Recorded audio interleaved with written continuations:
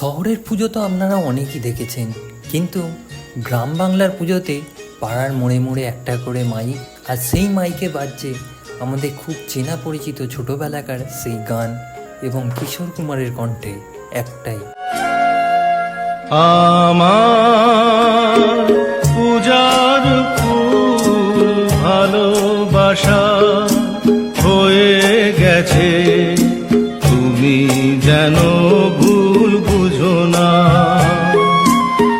আমার পূজার ফুল ভালোবাসা হয়ে গেছে, তুমি যেন ভুল বুঝো না।